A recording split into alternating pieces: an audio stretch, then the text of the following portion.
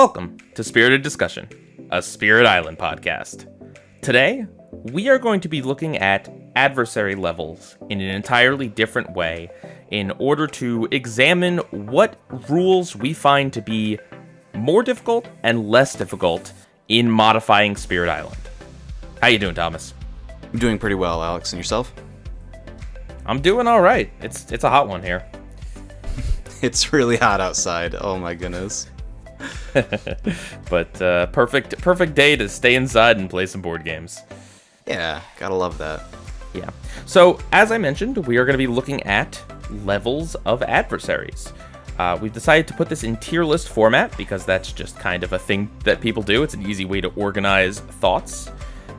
We're going to be looking at individual levels, meaning we're not looking at the loss condition, we're not looking at the escalation, we're not looking at the previous levels, and we're not looking at the fear cards. We are literally just, if you were to create like a custom scenario that just had this one line of text on it, how much harder does that make the game? Or does it not change the game much? Or does it maybe even make the game easier? I'm pretty excited to talk about this. We kind of got this idea through the Spirit Island subreddit. They're making a conglomeration of all of the different adversaries thrown onto one card. And we're like, what does it look like for each level of adversary for us, in our own opinion? So the tiers are the hardest, moderately difficult, a bit difficult, minor difficulty change, and does nothing by itself. Although we do reserve the option to add a category for things that benefit the player. Where do you want to start? What adversary? HME? Okay, interesting. It starts off with avarice rewarded and careless mining. What a beautiful phrase. This is a big boy rule. So when blight added by a ravage action would cascade, instead upgrade an explorer/town before the Dahan counterattack. And then also, lands with 3 or more invaders are mining lands. In mining lands, disease and modifiers to disease affect ravage actions as though they were build actions. During the build step, build cards cause ravage actions instead of build actions. So, if this is the only thing that's being added to the game, there's an argument to be made that this makes the game easier. Interesting. Okay. When you add a blight, normally it cascades, and that's a real big pain. But if it's just making the bad place worse, I mean, that's what you want from Spirit Island anyways. You'll find a major power to blow that land up, and it'll be fine. Interesting. Preventing ravages, or preventing cascades, effectively, is really nice. Yeah. Yeah, I mean, you think about in the starting board, how there's a disease on the land with a city, and ordinarily stopping a build there is cool, but potentially stopping a ravage there, also not bad. It kind of gives you the time you need to deal with things. Yeah, it allows the large number of minor powers and major powers that like are kind of on the fringe to now say skip ravage in the right situation. So while this has the potential to make it so that your builds ravage and then your ravages ravage, I'm just not afraid of that. Okay. If we're just looking at that, it's not too bad. Yeah.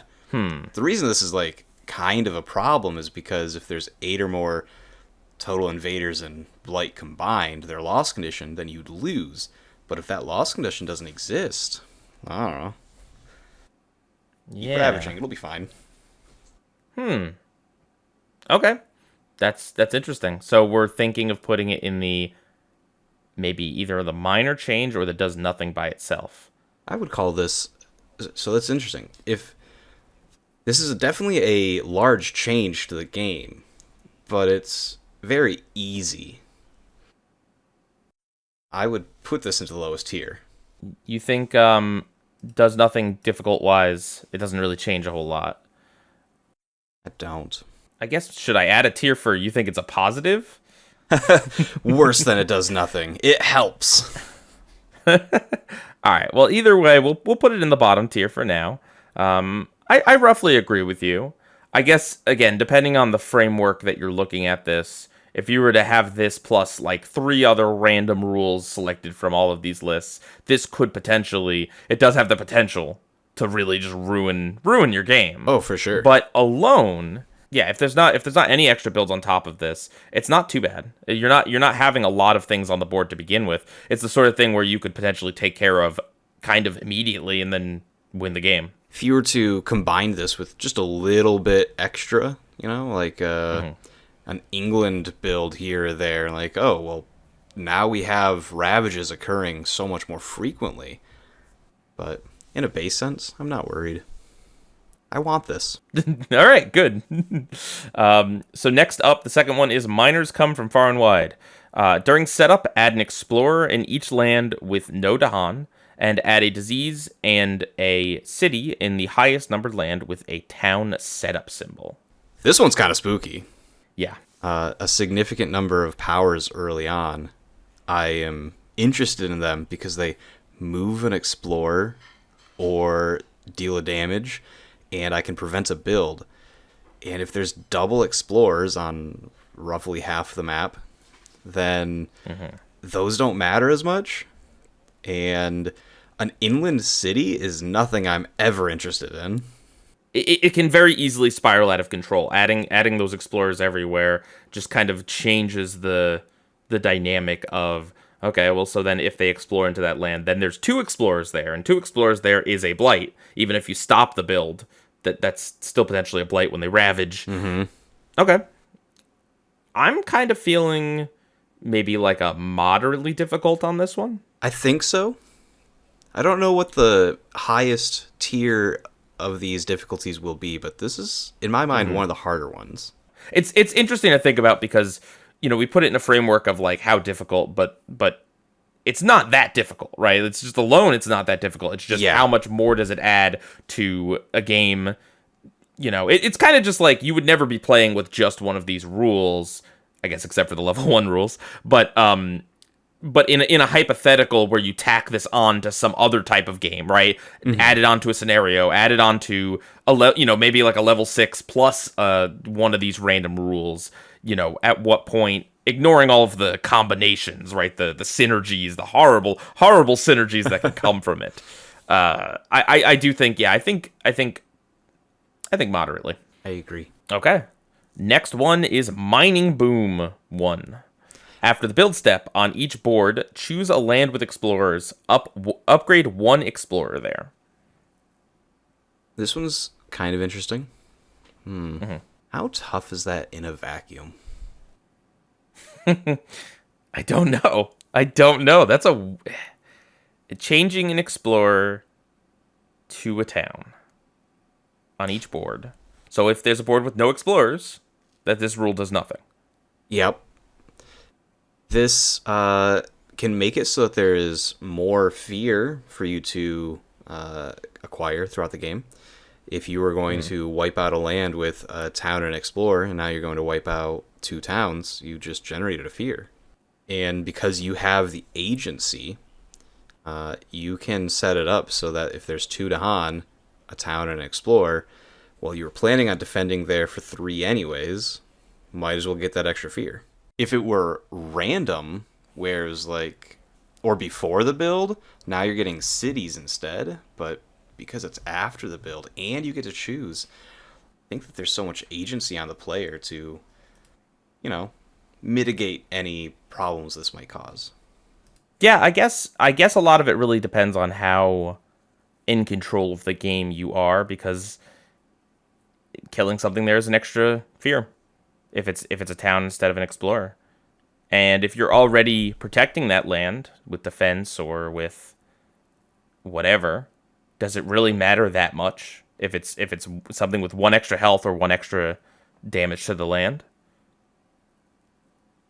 Yeah, I feel like that's super minor.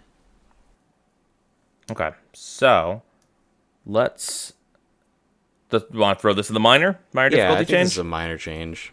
When it's bad, like if there's a very small number of explorers, it kind of can be rough. But you always have explorers to choose from. Fair. Okay, next is level 4, which is untapped salt deposits. So during setup, you remove the Stage 2 Coastal Lands card before randomly choosing Stage 2 cards. Place the Salt Deposits card in place of the second Stage 2 card. This one, it reduces some variance. The coastal land is spooky. I don't like drawing it most of the time, even though it removes the escalation. Dealing with 3 lands isn't something I want to do. And so Yeah, this removes one of the worst cards in the Invader deck and puts in something that's knowable and exactly when it's going to happen. what does the Salt Deposits card do? Well, whenever you explore with the salt deposits, you explore everywhere that's not a mining land, which, without other effects, without defining what a mining land is, without level 1, might do nothing by itself. After that, you build, and then you would ravage in all of the mining lands. Which does nothing if we... I think we have to just say that the definition of mining lands is built into the rules of Spirit Island for the purposes of this. I agree. I mean, this has the potential to say, build or explore everywhere, build everywhere, ravage everywhere. And then it stays there, and it says ravage everywhere every single turn. And that sounds spooky, okay? But I've played a lot of HME, and that's not how it works. Yeah, how does it work then? It says explore in like 3 places, build in like 2, and then ravage in like 2. In a vacuum, I like having the knowledge of exactly when this card is going to flip. Removing the coast and telling me the order of the deck is... I love it. All right. So you want to put it in maybe the minor difficulty change or potentially even a positive change? It's close to a positive for me. Okay. All right. Yeah, I think we put it in maybe the minor difficulty change, but maybe that minor difficulty change is a positive change. It depends on how well you can deal with explorers, because they explore into all these naked lands, and then they build a bunch of towns, and a bunch of towns everywhere is kind of ugly, but they aren't ravaging. It's no biggie. Yeah, and I mean a big part of the problem with the Coastal Lands card is not the Coastal Lands itself. It's just the Coastal Lands card coming up after you've already hit lands that, like you do a mountain and then a coastal card and then, mountains and a jungle tier 3. Like, that's the kind of negative situation with Coastal Lands. That's what makes it so obnoxious. Yeah. The mining land doesn't do that either. It doesn't produce these back-to-backs, at least not immediately. Because you'll never... If the mountain was the bad spot and it's on the coast... Well, now you have a bad spot that's exploring and then building and then being the bad spot, like, continuously. Right. But here, they aren't exploring there. They aren't building there. Yes, they will ravage there, but that just gives you so much time to deal with it. Yeah, that's completely fair. Very interesting. Okay, so stage 5 is Mining Boom 2. So... after the build step on each board, choose a land with explorers, build there, then upgrade 1 explorer. I think this is much more difficult than Mining Boom 1. Yes, yeah. Whatever we do, it has to be harder than Mining Boom for sure. In the ordinary adversary, this actually replaces the rule of Mining Boom 1. I think this is a significant increase in challenge. This can make it so that you have inland cities that are annoying to deal with. This makes it so that you can't choose a place that you're defending comfortably, because now instead of hitting for 3, they're hitting for 6. Or is it more than that? It's 7. If we're talking about like an extra explorer on top of that. Yeah. It's just so much out of nowhere. Yeah. I get a little spooked about that. So the best thing that could happen theoretically, well, I guess the best thing that could happen is there's no explorers. You've killed them all on your board and nothing happens. But in most situations, you're looking at turning something into a town, or sorry, you're building, right? So if there's just one explorer, you build a town, then you upgrade that explorer, so you have two towns. That's kind of roughly the best situation you could have, and two towns in a land is not hard, but not great. Yeah. And then more likely, probably, what's happening is that there's a city and then a town there, and that's yeah. The worst case scenario on this is you have several bad locations, and those are the locations with the explorers, and you have to make one of them worse. I think in a moderate situation is you just have a place that's kind of bad, and you upgrade there. You build an upgrade there, and that's not actually the worst thing ever, because again, so much of this game is to consolidate your explorer, your invaders, and blow that one land up. And so if you just have one place off to the side that's just you're shoving explorers into there all day long, you'll find something eventually.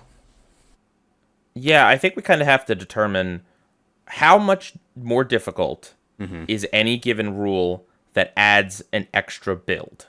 Now, obviously, ones that build in, all lands of a certain terrain or all over the board are harder than the regular build. But like just an individual build, and I guess like one of those things is like, do you have control over it, right? If there's a hypothetical rule that's after exploring, build in the land with whatever, that's harder and worse than something that's after the build step, do another build like this one is, where it's at least predictable. Mm-hmm.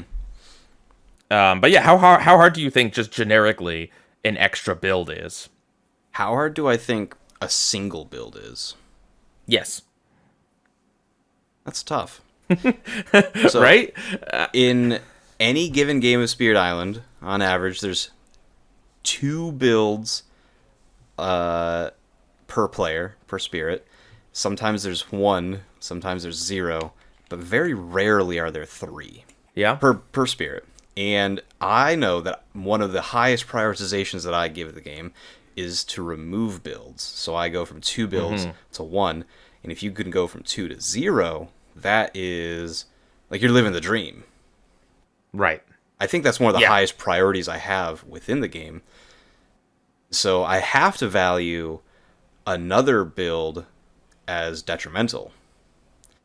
But part of the issue there is the builds are in the bad spots. We know that they're about to ravage there. And if it's just a random sometimes build, sometimes the builds are in the bad spots. We've got some rules coming up that might be built in places that you wouldn't ordinarily build at all if there's no invaders there. True. But so how bad is just a random build? That's so tough.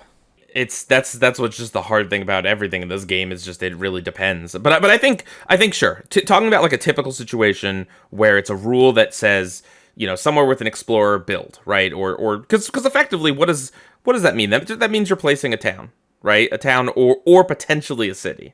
If you're choosing, if I'm choosing, it's a town, right?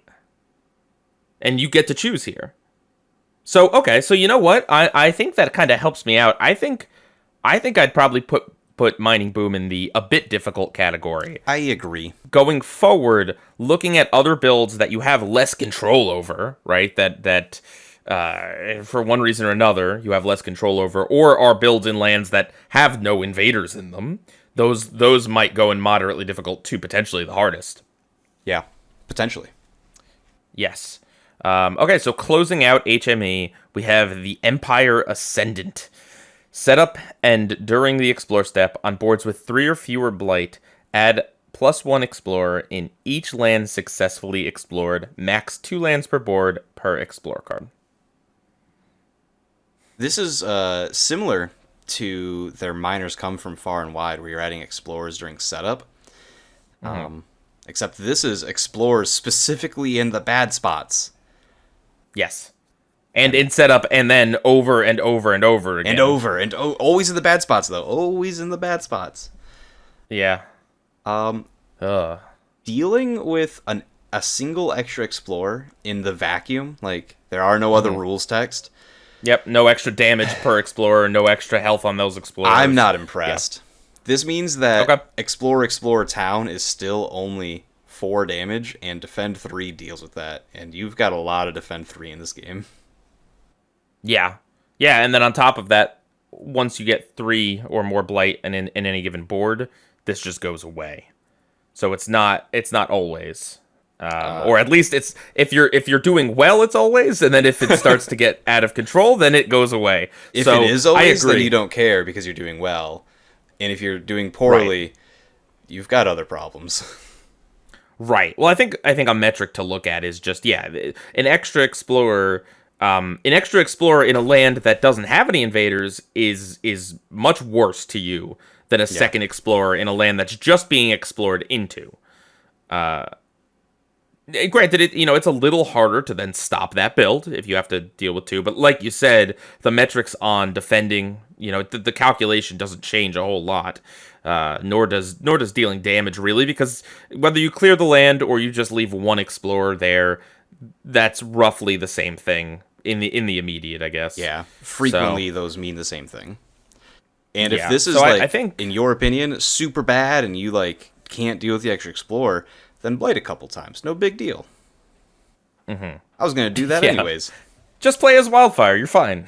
Come on. It'll be fine. I think minor difficulty change. Mm-hmm. So it's not literally nothing. It is still more to deal with, and you do also have to look at an extra explorer is technically. An extra town could be more fear for you. An extra city could be more fear for you. An extra explorer doesn't really get you anything. An extra explorer is just annoying.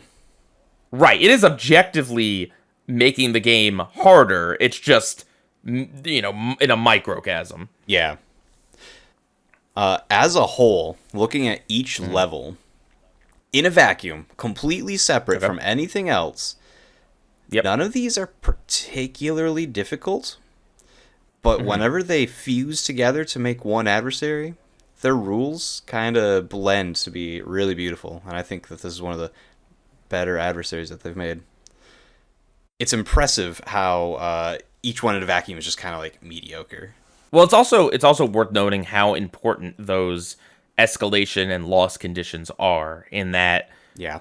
I mean, we're going to get to some of them where most of the identity of the adversary comes from that loss condition, and then all the rules definitely make it harder, but the loss condition is kind of the challenge. But interesting adversary. So I guess we're gonna go backwards. Let's do Scotland next. So Scotland, its level 1 is Trading Port. After setup in coastal lands, explore cards add 1 town instead of 1 explorer. Coastal lands invader cards do this for a maximum of 2 lands per board. This might be in the hardest tier for me. Yeah, I think that's completely fair. This is rough. What does this really mean in a gameplay situation? This means that they have a build during the explore. Basically, yeah. The fact that it's you lose the explorer doesn't matter that much, right? If this had just said explore and then build immediately after, it's very almost similar. The same. Yeah. At least in empty lands. So we had talked about how much value a build is, and in a random land or a land that's not going to be ravaging soon, I don't think I care that much. But in a land that's going to be a problem, guaranteed 100%, oh my goodness, I care so much. Yeah. And that's what this is. This is a build, or an upgrade, in a land that I care about so much. It's about to build for really next turn, and then they're going to ravage. This is a problem. Yeah. And in this version, and with just this rule, there is a decently good chance that the coastal lands card is still in the mix, right? And that's rough. That's rough. having that twice, doing this 2 times. Now there's some times where you get this, or where this effect won't do anything on a turn because there's nothing coastal, right, in that specific terrain.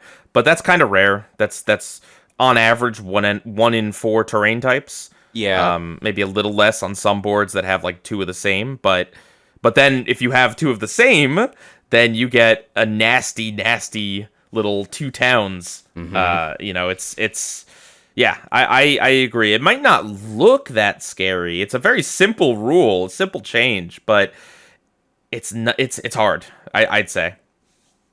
I think that this is one of the harder level ones, at least to memory. In my mind, this is the hardest. We've done so far, at least. It feels like either tier 1 or tier 6 is the hardest rule of the adversary, and that with like very little exceptions. Maybe sometimes a tier 2, but like generally they either sneak in a tough rule right at the beginning, or it's that last little kick in the teeth that gets you on the 6. I guess in this case, in Scotland, it's a little bit of both. It might be both. So we put that in the hardest. Next up on level 2, we have Seize Opportunity. During setup, add a city to land number 2, place coastal lands as the third stage 2 card, and move the two stage 2 cards above it by 1. So the deck order looks like 1 1 2 2 1 coastal 2, and then the 3s. I don't think this is that bad. So we don't replace the coast with something else, but we know exactly where the coast is, and you can plan for it. The game is eliminating one of those points of randomness. It's really strong. And an extra city in land 2, I don't think is a problem, because there's already the city there. And more often than not, if that land comes up, I'm not even thinking about dealing with it. Just let it be bad. Yeah, just let it go. That's true. And if you're not if you're not dealing with anything else about Scotland, you don't care. You don't care that the coasts are particularly worse. Other than knowing that the coastal card is going to come up. It's interesting. This does a lot of little things. It's kind of interesting that you bump up the other stage 2 cards and you move one stage 1 card back.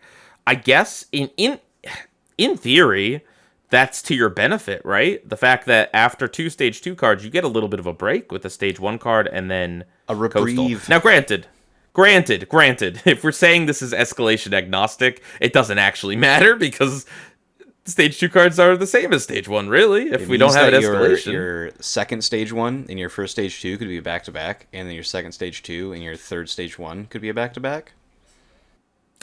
Okay, yes, so never mind. So if we don't care about escalation, then this could be actually a bad change for you. If we don't care about escalations, stage 1 and 2s being shuffled together and distributed randomly is worse than knowing it's 1s and then 2s.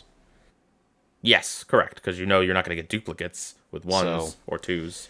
While you know where the coast is, I also know that 2s are mixed in with the 1s. Well, that's a little strange. I mean, I think I'm somewhere between minor difficulty change and a bit difficult. I think it's a little bit closer to a bit difficult myself. Because I do agree with you that the extra city in that land is not that big a deal early in the game. But if we're talking later in the game, trying to close the game out, an extra city, it may not be the biggest deal in the world, but that is one more city you got to get rid of if you're going for a terror level 3. Yep. Also, you could have the back-to-back on the 2 and then the 1 and then the coast. So 3 in a row hitting that same land too. Don't like that. Okay, I think I'm good to put it in a bit difficult. I think the biggest thing for me is that in a normal game of Spirit Island, there's a 20% chance that the coast doesn't exist. And I would rather the 20% chance that it doesn't exist than to know exactly where it is. Bit difficult. All right, so next up, level 3 is Chart the Coastline. In coastal lands, build cards affect cards without invaders, so long as there is an adjacent city. Hey, it's one of those builds that can build in lands without invaders. So I think by our own metrics here, we have to put that harder, or at least equally difficult, to the Mining Boom, which is an extra build in a land that already had an Explorer in it, or whatever. I don't think that. No? No. I think that you can remove this city knowing that this rule exists, and now the rule doesn't exist. That's an interesting way to look at it. Okay. If you have, if you know this rule exists, you can put out the extra resources to go out of your way to remove the city, and now it doesn't do anything. I I guess I didn't think about it like that. Of course, I mean, that's a lot of effort, a lot of work, but... That's an ideal. That is an ideal. Right.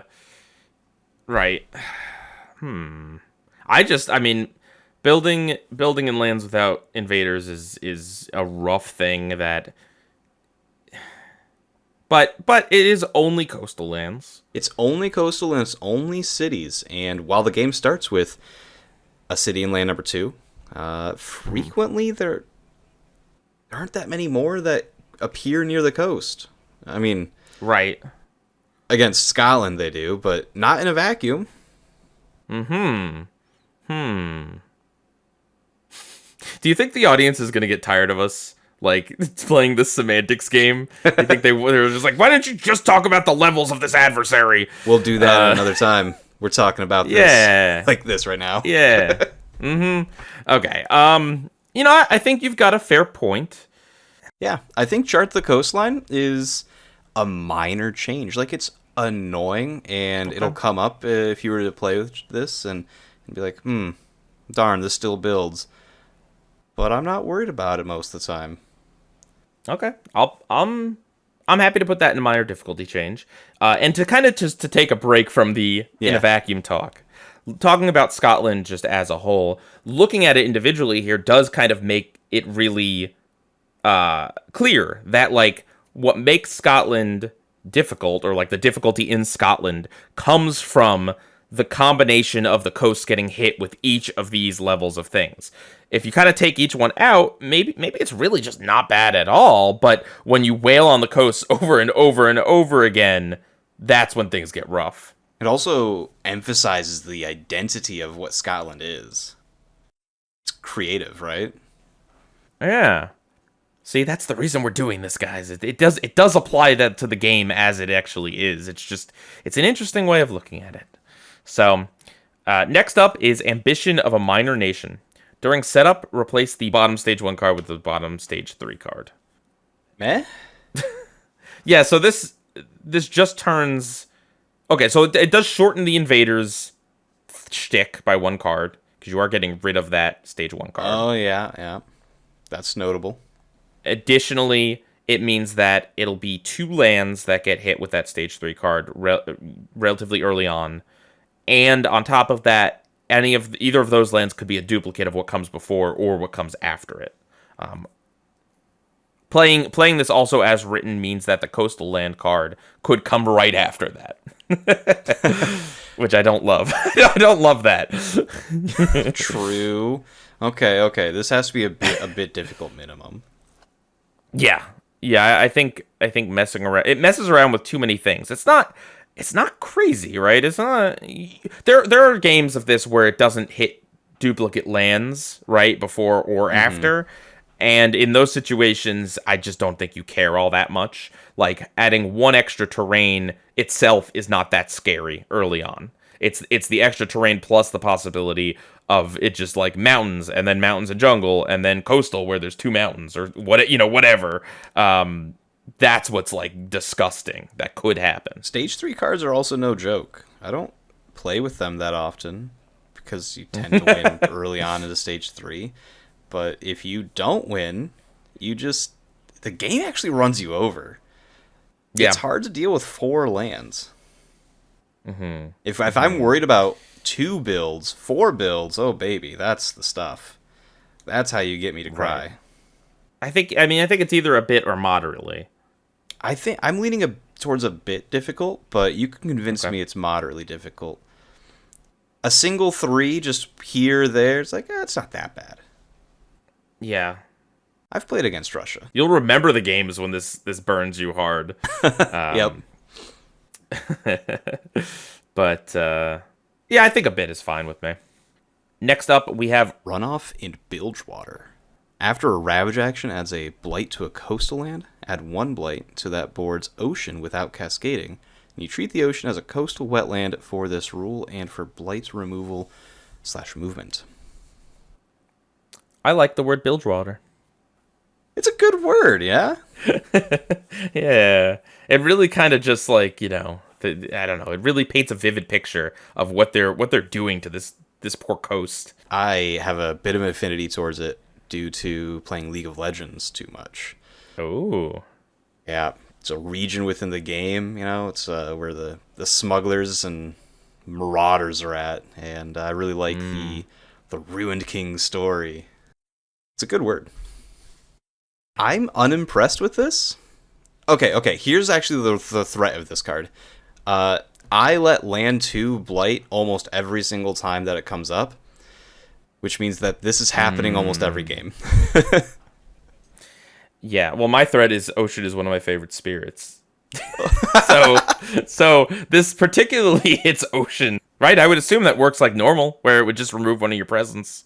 It does, but as Ocean, you probably can deal with the coast. That's true. You might even be able to heal that coast with certain cards. So you don't need to be like, "Oh, this hurts Ocean in particular." Ocean hurts the invaders in particular. Sure.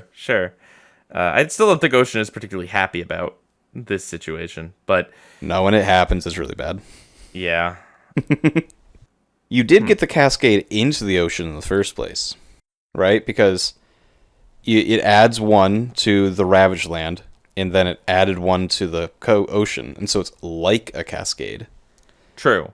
So, yeah, in theory, if it's a land that's actually cascading, that's like 3 blight. Yep. And sometimes it's more because it has to cascade again, and so it's a minimum of 2, but it could always be more. Right. I don't like this. I definitely don't think it's like the hardest, but I don't love it. I think it's a little scary. You run into situations where that's just a lot of blight that could come down on one turn. Yeah, I think that it's, like I said, on land 2, I let that go all the time. Yeah. Which means that this is happening to me at least once a game. And so if this happens on a back-to-back, now I'm scared. I kind of feel like moderately difficult. Yeah? It's up there? That's fair. What's your argument for a bit? You think it's just you can handle the coasts? You're not that scared? I'm just not scared of blight. I've played enough Wildfire. I'm not afraid to get my lands a little burned. So, like, yeah, thinking about it in terms of, like, blight removal or blight pushing or whatever, you have, like, Dream of the Untouched Land that can remove 3 blight, which often doesn't happen because you have to kind of set that up. It's hard to get 3 blight into 1 land. Right. But if we're talking about the coast that could have been hit once or twice, and you're not that scared of putting it in because it's not going to cascade from the ocean. But, you do that, you get 2 in there, and then maybe you push 1 in from the coast, and then you Dream of the Untouched Land, or you use some other blight removal powers or what have you. That's not too bad. Interestingly, I guess also, if we're not talking about ocean here, the reach to that, quote, coastal wetland might be a little tricky for some, because spirits don't necessarily plan for that.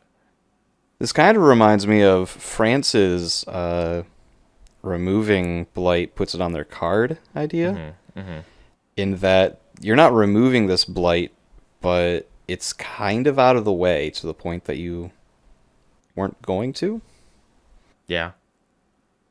But then again, I mean, the whole thing is if you have things under control, I guess you can really also just shift your thinking, right? If your plan is usually to let that land blight, that with the city, you could instead shift your thinking to just say, okay, well, I'm going to focus on protecting that one, and I'll just let some other land blight. And then this rule doesn't really do that much. With a minor game plan tweak, this doesn't really do that much. So, if you have a high emphasis on defense towards the coast, if you have to choose 1 land to blight, choose the inland land.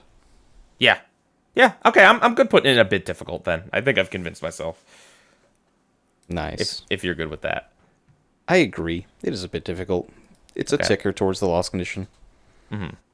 Exports fuel inward growth is number 6.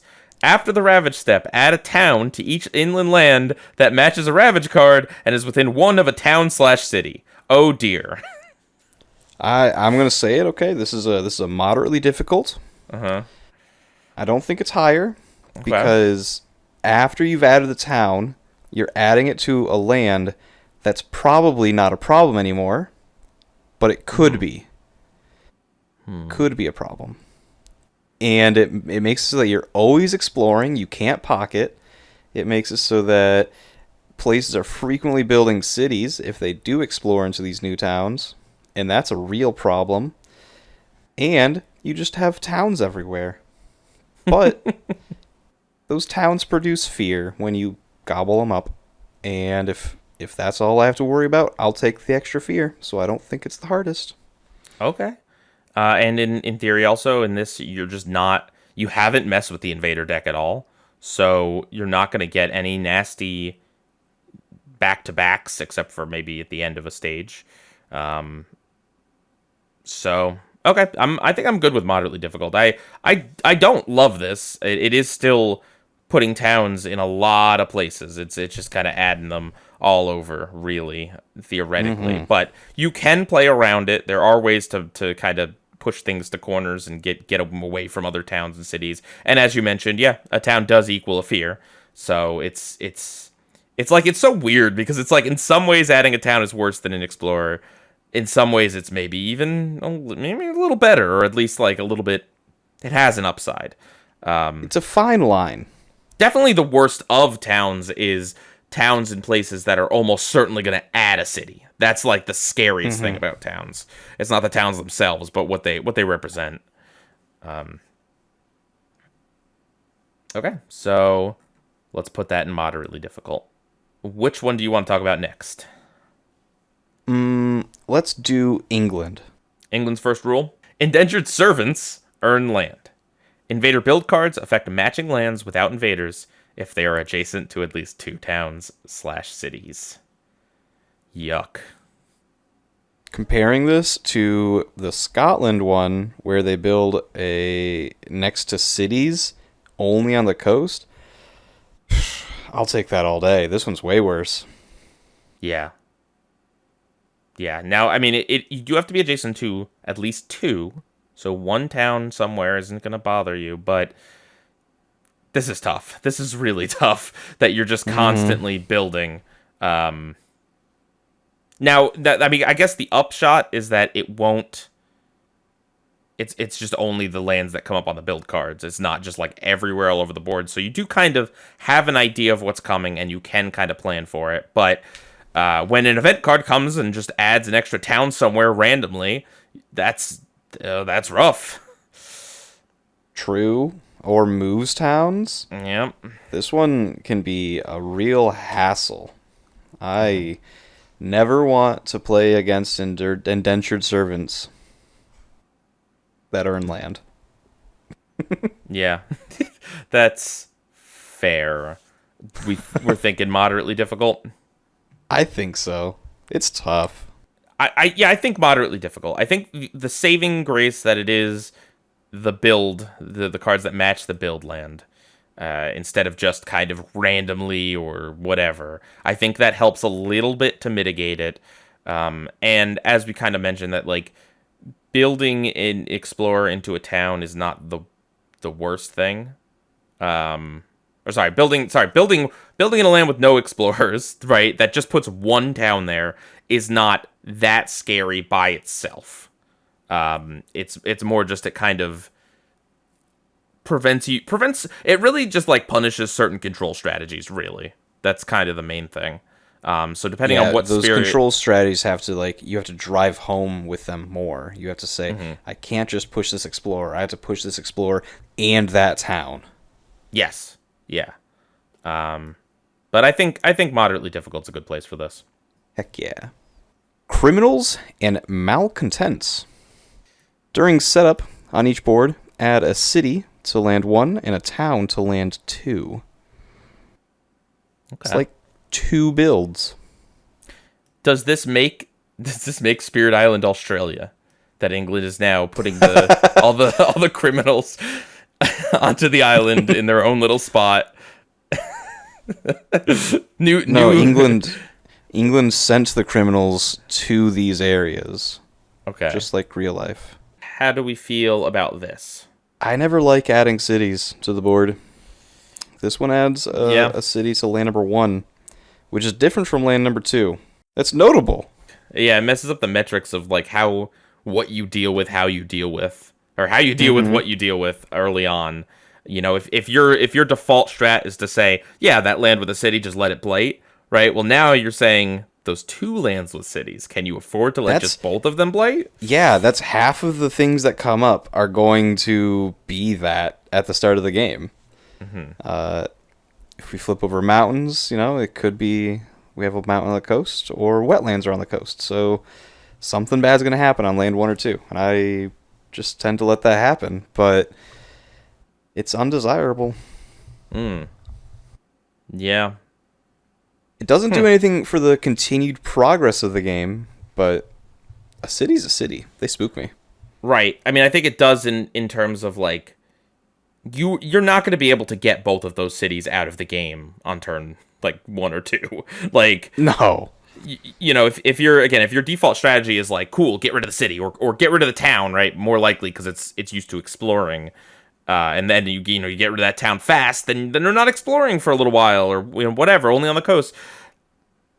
This does kind of change it. Now 1 and 2 are still kind of off to the side. They're not generally central to the island, I guess. So that is something to consider.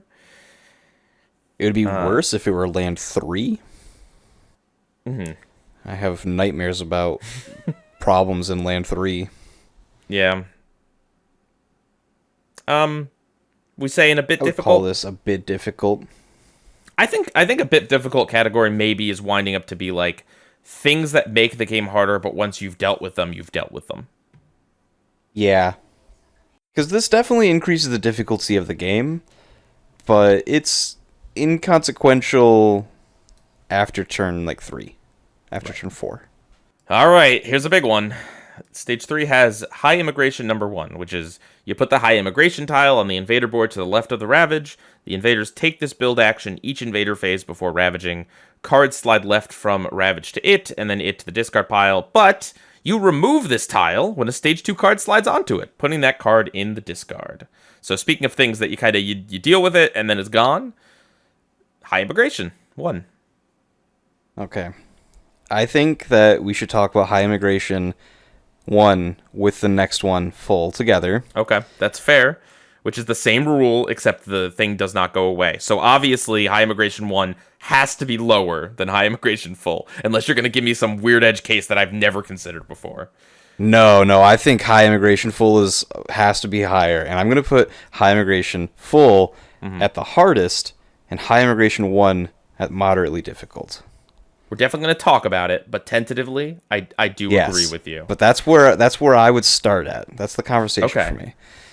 So, these... previously, we've talked about how bad is a build. Well, this doubles the builds. Yes. And... This thing is just... That's a problem. Well, first of all, it's just annoying. The amount of games of England I've played where I'm like, cool, I've taken care of that land, and then they build there because I'm an idiot, and I didn't look to see, like, oh yeah, they build right before they ravage. I mean, obviously, that's just, like, stupid playing on my part, but the point is, that's horrible. That's horrible. When they build and then ravage in the place where they just built, that happens a decent amount of the time. Potentially, there could be another build after that, depending on coastals or stage 3 hitting or, whatever. That is rough. Within full context of the entire England card, this can say build, ravage, build with stage 2 escalation, explore. And you could have had another build during... Yeah, exactly. And you could have had another build during the event. Yeah. So it's build, and then ravage. You had 3 builds and then a ravage. That is just something. But without having the indentured servants earn land to be extra buildy, this isn't as big of a problem. You aren't going to be building on naked lands. Right. But you will still be building on an explorer. And even if you've dealt with a land through a ravage, that means you still have a problem if there's an explorer left over. fundamentally it changes the game. Like, The game revolves around this. you honestly could make a scenario that was just like high immigration plus a few extra bits and bobs, and that is enough that it just like really kind of does change the game into something else. Oh, yeah? Shall I introduce you to the Kingdom of England?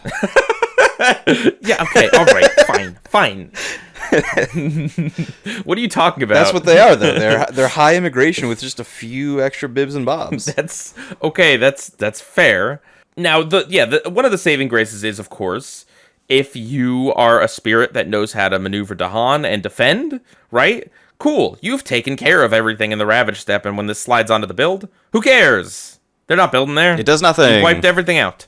But of course, you do have to wipe everything out. You can't leave the one explorer. Everything. So, I do think that in the context of this, high immigration full is in the hardest category. Now, what do you think about sliding it off when the stage 2 card slides onto it? So basically, it just means that this affects stage 1 and only stage 1. Yes, that ends up being 6 extra builds if you don't deal with everything, and the earlier you are into the game, the harder it is to deal with everything. Yes. Which means that, 6 extra builds. Yeah. So if you're letting that land with a city blight, right? What happens is that first build it removes the disease, ravages, you let it blight, and then the second build adds a town on top of that, in addition to, everything else that's gone on. And then that makes that land a lot harder to deal with. Because that's what's nice about that disease there, right? Is that, and the part of why you can let that land go is because, sure, ravaging the one time, whatever, but you don't have to worry about it getting out of control. By the time that land is going to ravage again, potentially you've got the tools to deal with that city and just that city. Mm-hmm. If you change the metrics so that now it's a city and a town on top of everything else, it's like, that's not great. It's too much. Yeah. I think maybe I think that I'm putting this so high because I have nightmares about how it affects England with its level 1 and its next tier. Yeah. But it's still rough. There's an argument that it could go in a bit difficult instead of moderately difficult. I think high immigration full is in the hardest, but yeah, the high immigration 1 might go into a bit difficult because it falls into that category that we've discussed of like it's a challenge up front and then it goes away. It no longer matters. That's I think it's you're right. It's a bit difficult.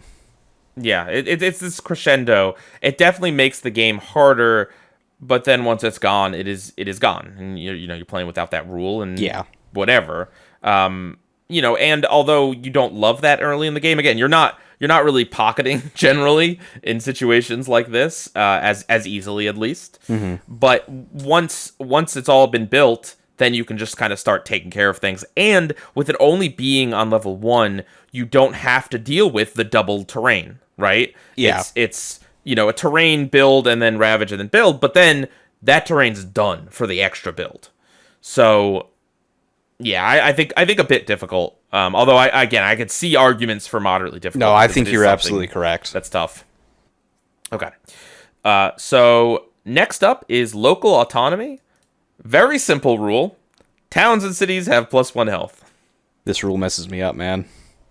I don't like this. I don't like this at all. This one's so bad. This one is hardest. This is easy hardest category for me. Yeah, I actually agree. I play with, Eyes Watching the Trees sometimes, and this just makes me cry. You need It's 2 so Dahan to kill a town? Come on! Yeah. I just... So many patterns revolve around the damage that's done being able to kill a town or a city or a town and a city. Like, Wildfire being able to explore, to be able to do its growth to hit 2 fire and kill a town doesn't work. Just isn't a thing. Yeah. Yeah. I mean, the max damage in most cases with minor powers you're doing is 2 damage. Right? Yeah. Without Badlands, without, whatever modifications, I don't know that there's any of those cards that say do 3 damage. Or if they are, it's like do 1 damage per Dahan or so, there is that. There's edge cases, but you have to set up those edge cases seriously. And that's to deal with a town. Yes. Forget about the city. Oh.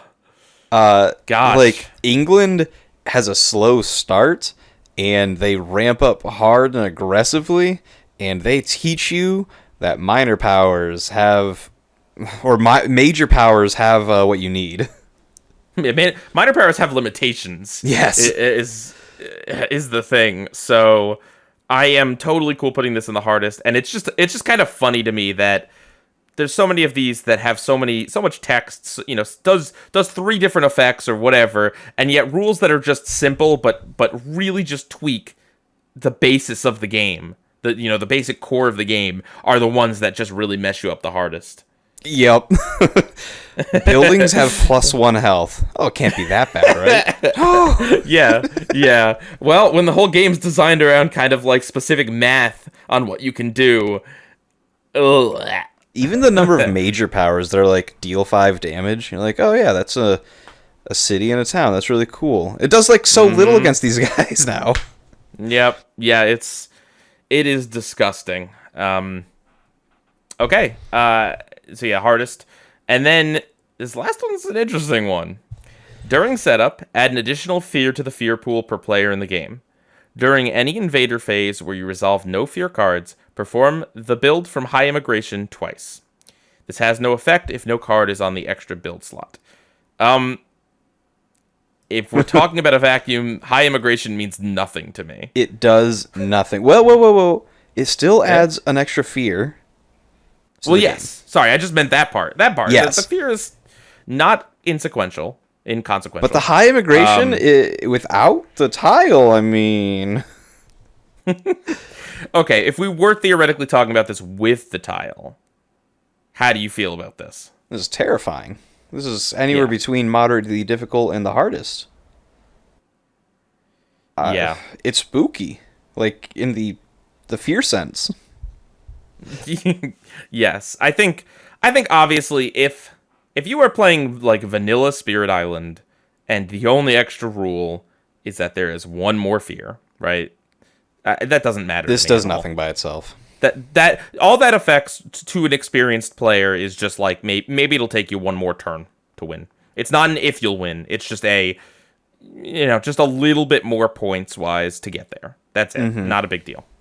If you're looking at that in conjunction with anything else, any other difficulties, and if you're looking at it with tons of fear cards in the stack there, that can be brutal. I think an extra fear, I think about that Healthy Island card, right? That adds fear. Fear to your pool. I hate that. It stinks. Yeah, and a lot of times when you're getting close to winning, it's like it's part of the calculation of how many points do I have to get, and now it's just one more per player, and it twists things. It's not great.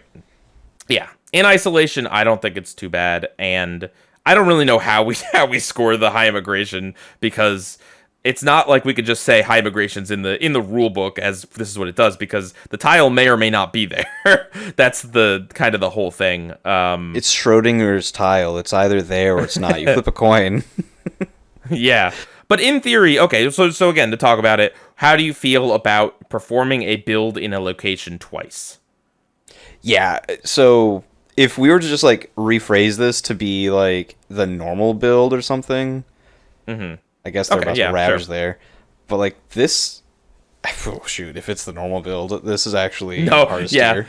Very comfortably. You can't judge it on that. No, you can't. But let's just say it's high immigration 1. I can split the that's difference. Just high immigration. High immigration chills out, and it only triggers when this is there, or something like that. And okay, sure. This is still pretty bad. I'm not getting a fear card every single turn.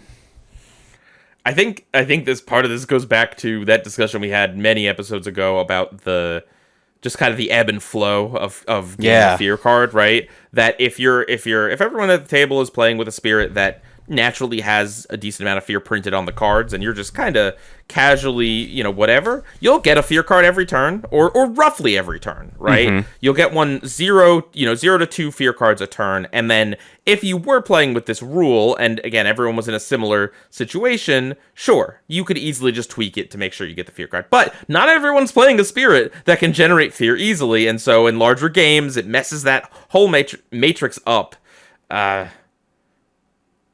Yeah. And then the build twice. Yeah, that's not great, because if it's in the high immigration slot, it's already also built there. 2 turns ago. So something that I play around versus England for realsies is that, you have a card that would put us to the fear card, or like a second fear card during fast.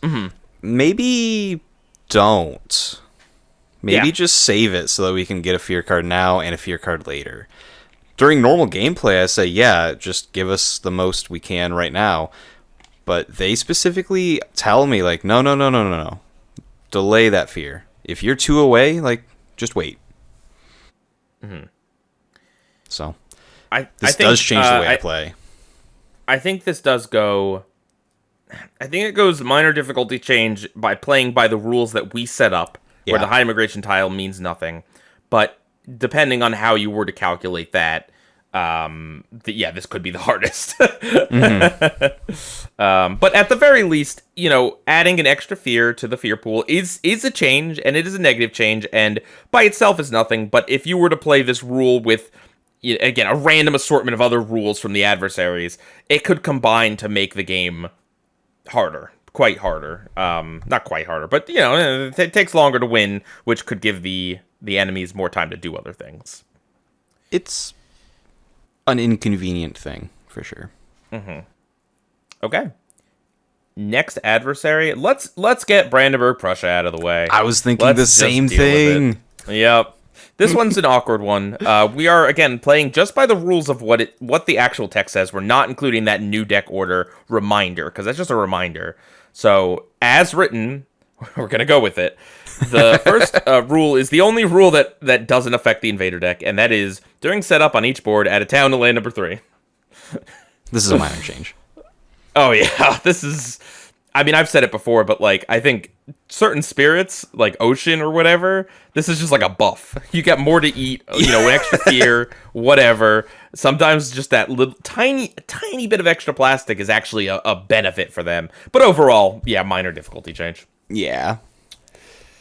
Okay. When I'm teaching new players, and I do teach this game to a lot of new players, I frequently start at teaching at like Brandenburg-Prussia level 1. Yep, me too. So the few times that I've played with like newbies, why not? Right? It's not any more fear cards. Yep. The game is. I think having the escalation's a part of the game, and me being there helping with any questions. Extra town doesn't mean much to anyone. It's fine. Yeah, and it's such that you as an experienced player can easily deal with their town. That's not a big deal. It's also on the edge of the board, so it's not... It's on land number 3, though, and nightmares about land 3. Okay, all right. Surge of Colonists. When making the Invader deck, put one of the Stage 3 cards between Stage 1 and Stage 2. I feel like we've talked about something We have, yep. Just a little bit ago. It's spooky, right? Yeah, which one was that? That was Scotland, right? It was a Scotland, yep. I think it was their 5. Yes, we did. We put that in a bit difficult. And for Scotland, it was put the coastal lands as the third Stage 2 card. And then we also talked about replacing the bottom Stage 1 card with a Stage 3 card with England. I think I'm going to be kind of harsh on Prussia. I think that this is a minor change. And I think I'm going to say that a lot. The worst thing about this, as we mentioned, is you get the same land nailed over and over and over again. But if that is literally the only change, you just deal with that land the first time, or maybe the second time, It can, at points, make the game easier. Like, a back-to-back can be harsh, but it can make the game easier if you put an explorer and then they ravage and then they don't build, and then they explore there and you're like, oh, well, that explorer is going to die to that Dahan again. Mm-hmm. And then also, that's the worst case. In a lot of cases, it's just not really that different. Maybe there's 2 terrains back to back. Yeah. But it's not that bad. I think minor difficulty for sure. So, what if they're just efficient? Just regular old, plain old efficient. You remove tier 3. one Stage 1 card. and that's unimpressive. I kind of want to put it in the does nothing by itself category. It does nothing. Okay. So it's not that it literally does nothing, but just no, I agree. It does nothing. I mean, if we're talking without escalation, then the difference between stage 1 and stage 2 is nil, other than a coastal card. So, all right, let's throw it in there.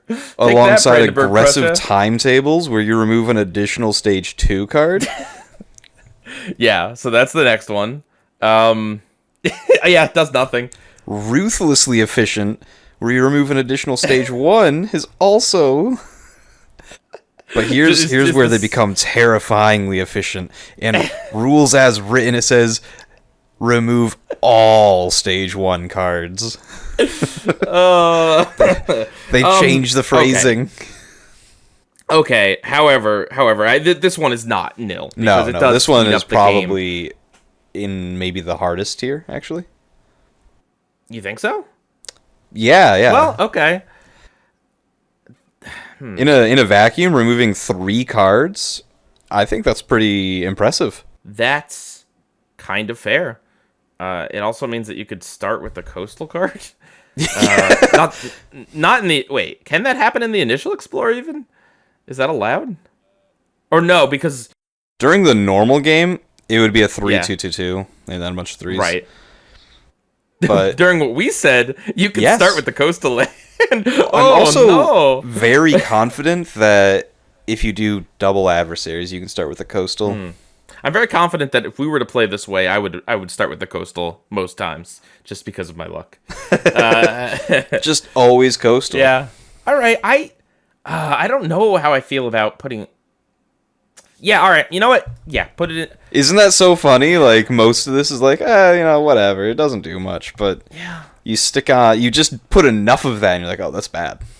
No, that's true, because really combining that with anything else is a nasty combination. You remove like a third of the game time, the potential time you have. Some spirits need that time. Even spirits that, you're going to win, right? If you're an expert, if you're great, and you have a spirit that you know what you're doing, some of them just literally take time to get there. If you play as Memory and you don't get a good pull the first or second time, if you play as Serpent and you're just Serpent, it's not that those spirits are hard spirits necessarily. It's just that sometimes they take time to get online, and this just does not want you to do that.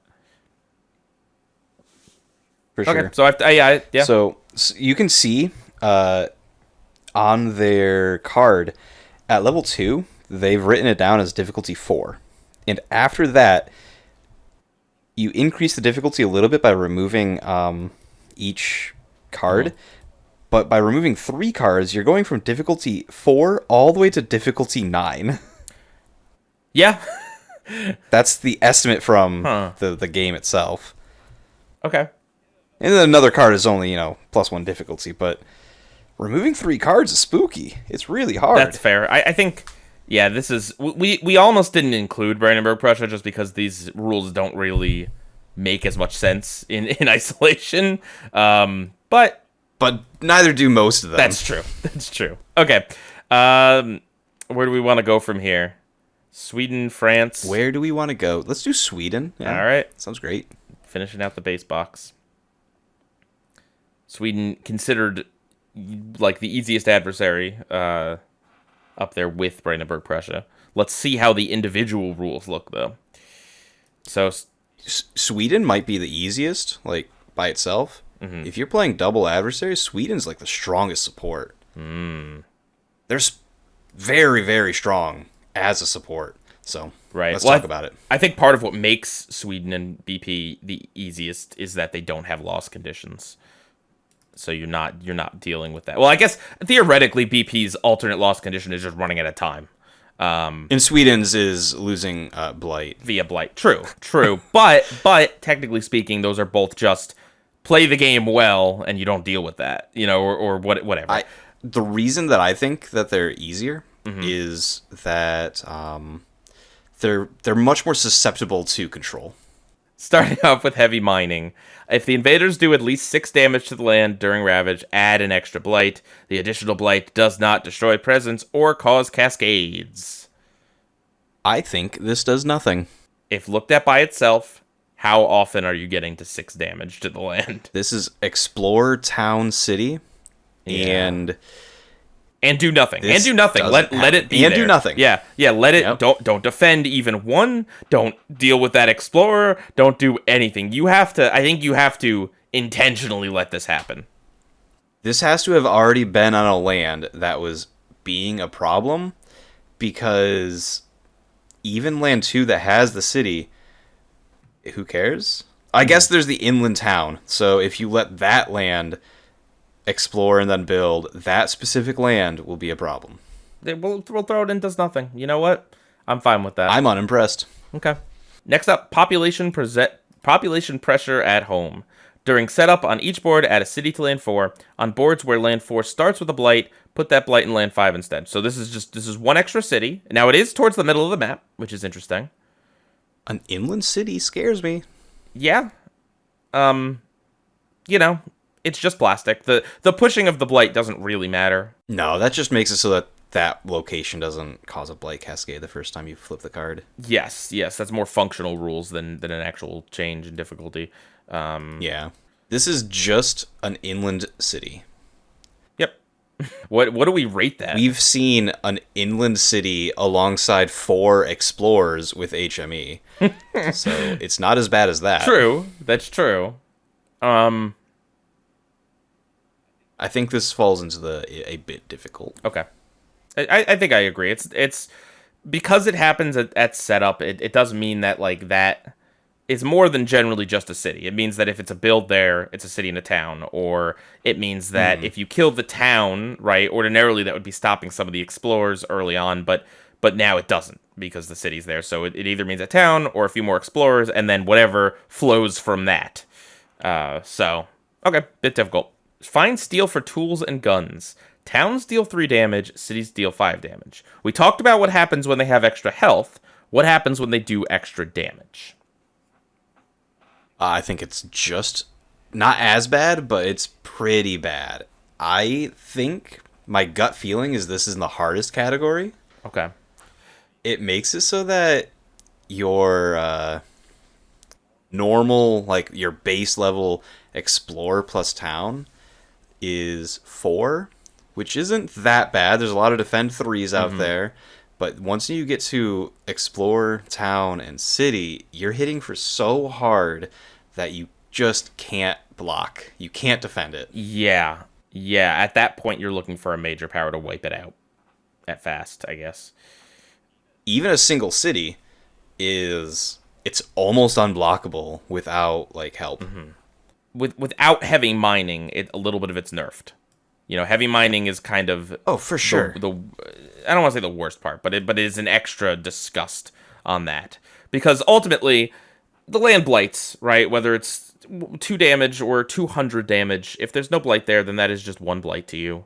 So there is that to think about. But as you said, it just continuously makes it hard to deal with if you let this get out of control. I don't know that I'm sold on the hardest. I think I'm at least at moderately difficult. I'm not sure about the hardest. I think that defend is one of the strongest things in the entire game, and this makes it so that one of the core loops of how you play the game is almost removed. Interesting.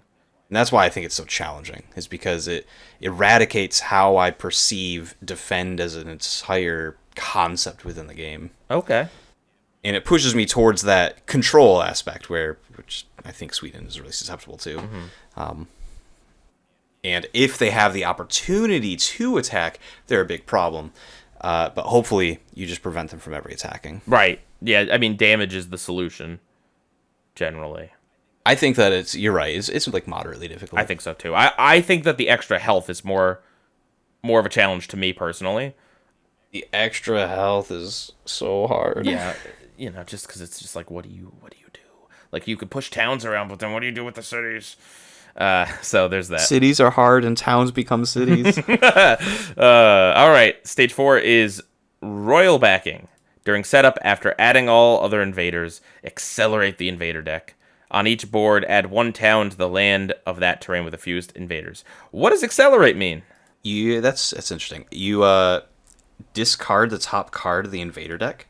That's what it does. So it's like a Brandenburg-Prussia level combined with Brandenburg-Prussia's level 1. Yep. A double whammy.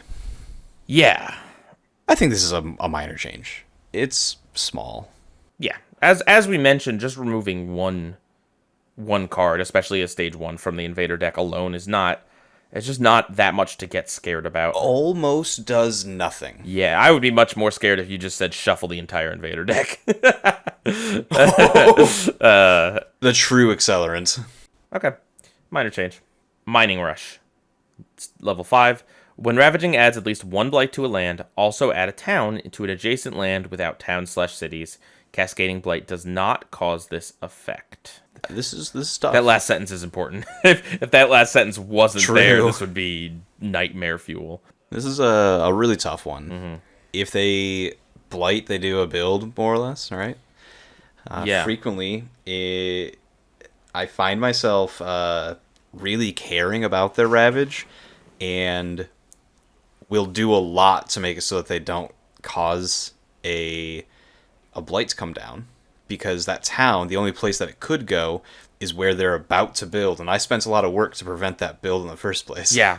And this is one of those effects that really is just like, it's annoying at the beginning of the game. It's annoying towards the end of the game. Really. It's especially annoying at the end of the game. It means that nothing is particularly safe, because if you get one of those events, right, that you've defended a certain amount and whatever, and then you get an event and do more damage there, oops, there's a town in adjacent land that was empty, or just had an explorer or whatever.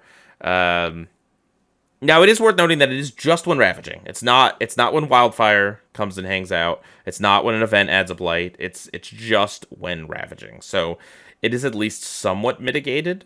I guess. Like, ravage is when it happens the most. Yeah. But you have to look at it, like, compared to the other things, right? Like BP1, where it's literally just add 1 town. This is potentially add, I don't know, 4 towns in the game, or 3 towns in the whole game, or whatever. Obviously, it depends on what happens in the game, but no matter how solved you think a land is via Ravage, an event card can always come in and mess that up, or force you to Ravage somewhere else, or whatever.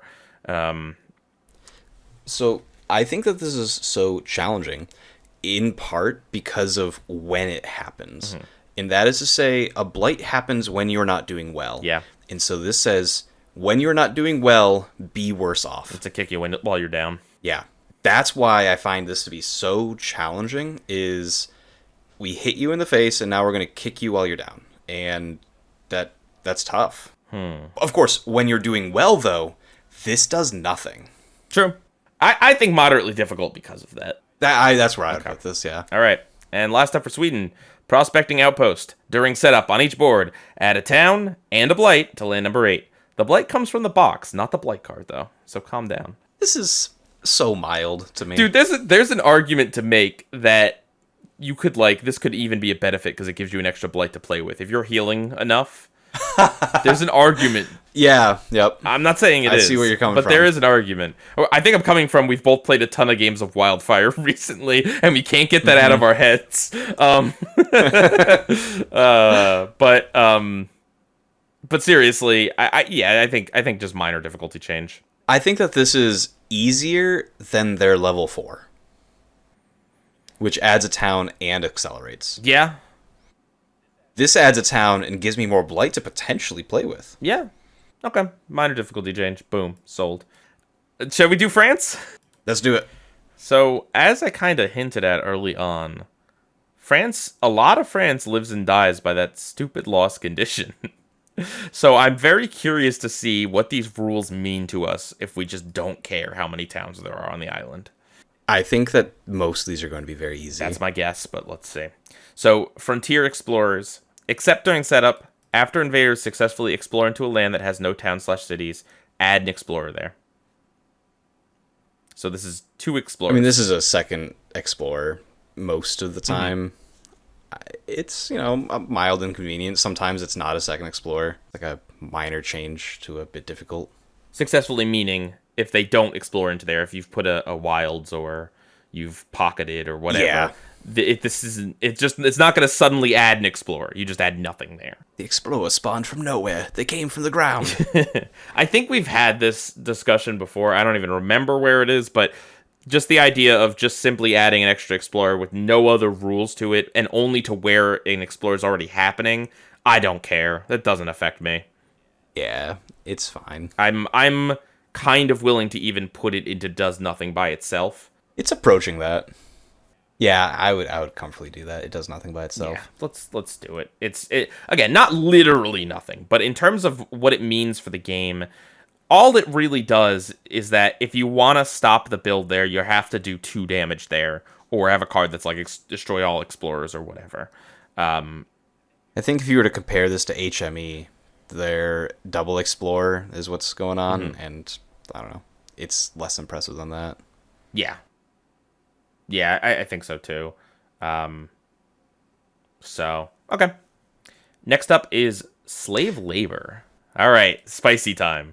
So during setup, you put the Slave Rebellion card under the top 3 cards of the event deck. After invaders build in a land with 2 or more explorers, replace all but 1 explorer there with an equal number of towns.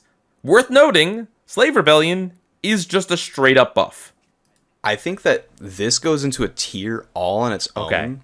Of it makes the game significantly easier. Okay. Let's do it. So slave labor, the event, helps you so much, and it has to, because France's loss condition is so ruthless. But if you don't have that loss condition, or if you don't have more explorers to upgrade into towns, which you don't in the normal game, this is just a benefit. Correct. Yeah, there's nothing on the Slave Rebellion card that is a negative to you. The worst thing that can happen is you've set it all up wrong, and it adds, I guess there's no towns on your board, and then it doesn't do anything. But more likely than that, you just add a strife to a town. And that's what the card does. And honestly, at its worst, that ain't bad. I'll take that as an event. Yeah, so then looking at the rest of the card, after invaders build in a land with 2 explorers or more, replace all but 1 explorer there. If we don't have that first rule, how often are there going to be 2 explorers or more in a land? It has to be almost never. It has to be like an event or something that does that generally, right? I mean, or I guess a back-to-back terrain or a terrain from early in the game that you've failed to do anything about. But yeah, no, I completely agree. I think even though it's technically maybe a minor negative, that second rule, the Slave Rebellion card just completely overdoes it. The upside dwarfs it so much. Yeah, and I do kind of find it odd that I feel like the Slave Rebellion card should be from difficulty 1. I feel like that's just core to the spirit, core to the adversary's identity, that it should just be always when you play France. But that's just it feels like it defines France for me. But okay, makes it easier. Boom, secret category unlocked. Next up, early plantation. During setup on each board, add a town to the highest numbered land without towns, and then also add a town to land number 1. Whoa. 2 towns. Oh no. This is 2 towns. No. We've seen a town and a city. We've seen a city. We've seen one town in multiple different ways, but this is 2 towns. What will we do? Okay, worth noting, because of the way this is worded, you're adding a town to the lowest land, and then you're also adding a town to one of the highest lands, or the highest land that doesn't already have a town.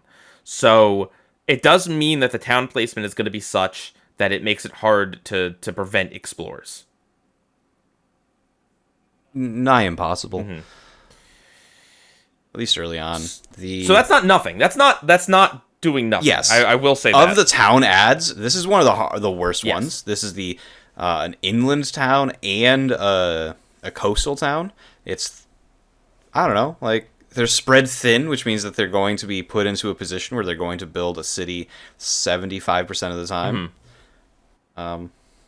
It's like one of the worst ones that just adds things during setup.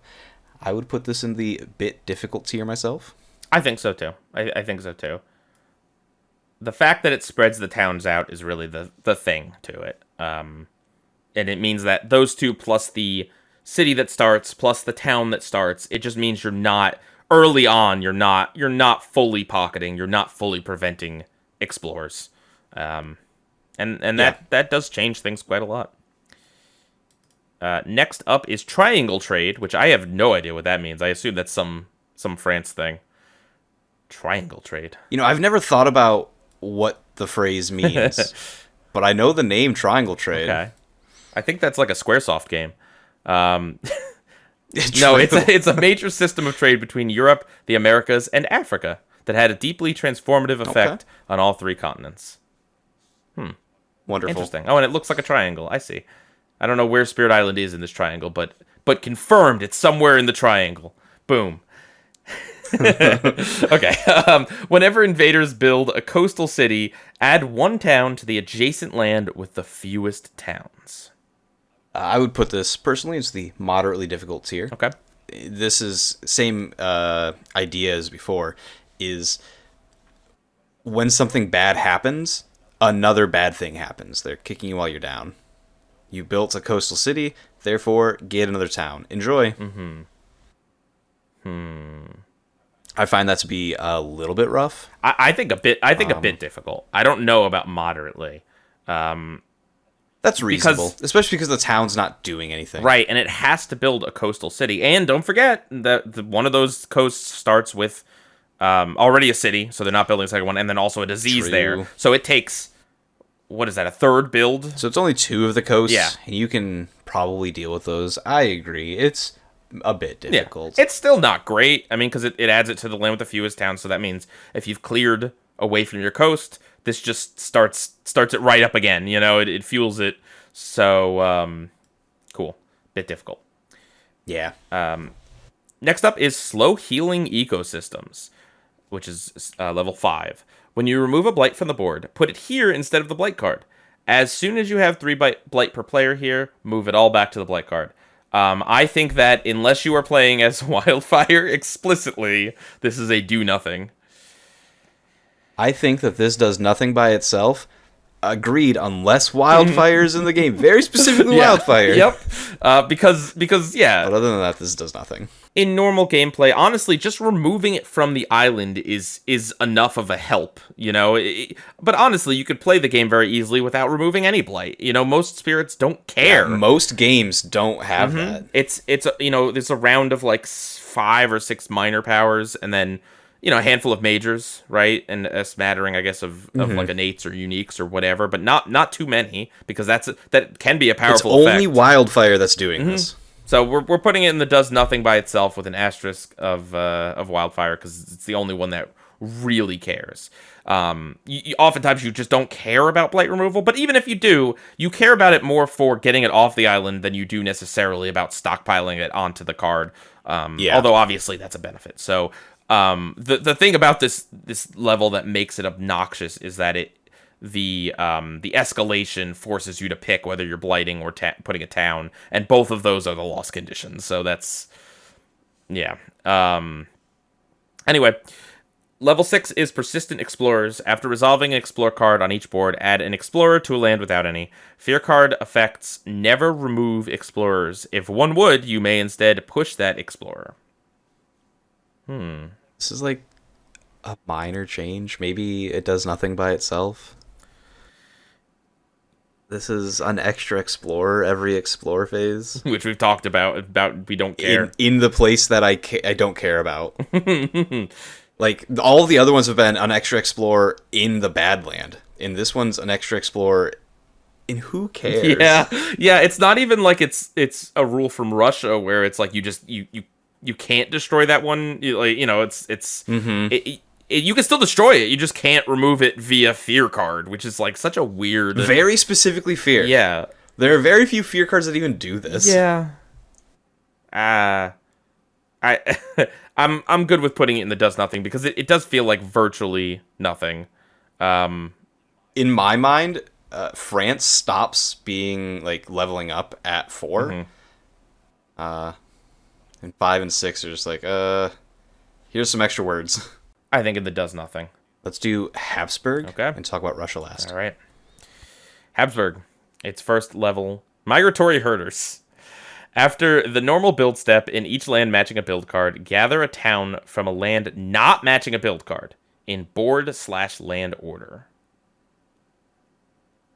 I would comfortably put this in the hardest tier Yeah, myself. I hate this. I hate this so much. This is really tough. What did I say about it? It's like either generally level 1 or level 6 are like the toughest levels, or both. And in this case, yeah, that utterly messes with so many spirits game plans. Now, it's not making more towns, at least, but still, the fact that it's shoving things around, and just from like a player perspective, it's a little bit of a big brain to think about this. You have to be thinking about this at all times, and if you're not kind of doing the proper calculation of which town to bring in, if you have more than one town, you're not playing this right. There's a lot of thought that goes into this. Frequently, you get to be in, like, there's 2 towns in here, or if you're pushing something afterwards, or even if you're pushing the Explorer beforehand, they can still pull in a town. You're like, wait, that didn't even deal with the land. Yeah, and it is just kind of nasty by itself, because okay, even if you've got the game under control, there's still plenty of events that'll add a town somewhere, that'll make a build or just like throw a town somewhere, and so there's just kind of always this threat of a town's gonna get sucked into somewhere that you don't want it to be, and that's yuck. Those dang herders. How does the town move? I have no idea. But it does. Anyway, yeah, comfortably the hardest. So, more rural than urban. During setup, on each board, add a town to land number 2, and a town to the highest numbered land without setup symbols. During play, when invaders would build a city in an inland land, instead they build 2 towns. Oh my, towns everywhere. Wait, this is hard. Yeah? This is the France add 2 towns. But then you also make it so when they build a city, you get 2 towns. So all I can say is just that, like, it's easier to deal with towns generally than a city because there's many more ways to push them. However, 2 towns versus 1 city is still kind of it's more health. It's definitely more health. It's harder to kill and damage. It's harder to kill both. But granted, you could, if you only have 2 damage, you could kill 1 town, right? You still get a fear, and then maybe you have enough defend to deal with that, right? As opposed to if you have two damage on a city and nothing else going on, you're not stopping that city from ravaging. Yep. I think that this is probably a bit difficult. It's the setup alone is already pushing us a little high, having 2 towns, one of them being highest numbered. But then this is like a vagueness. Like, is an inland 2 towns worse than an inland city? I don't know. Yeah. It's nebulous. Right. Sometimes it's worse. Sometimes it's not.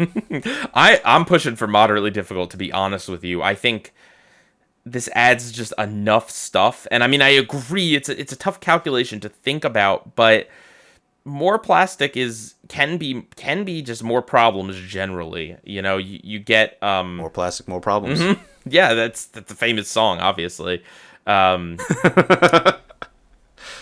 I mean, I agree. It is tough because it's just like cities are just kind of a generally a movable force.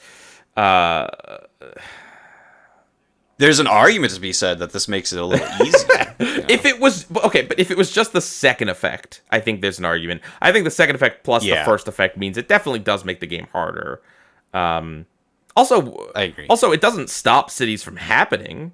Cities can still be built in coastal lands. On the coast? Yeah. Yep, for sure. This is just inland.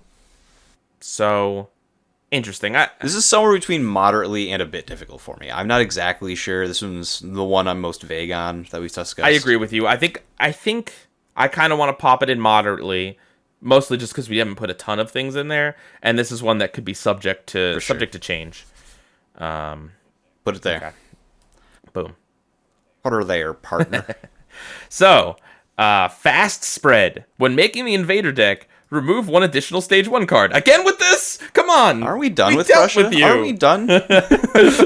Gee, do you think this is any harder than any of the other things that just remove a stage 1 card? Nope. No, it does not.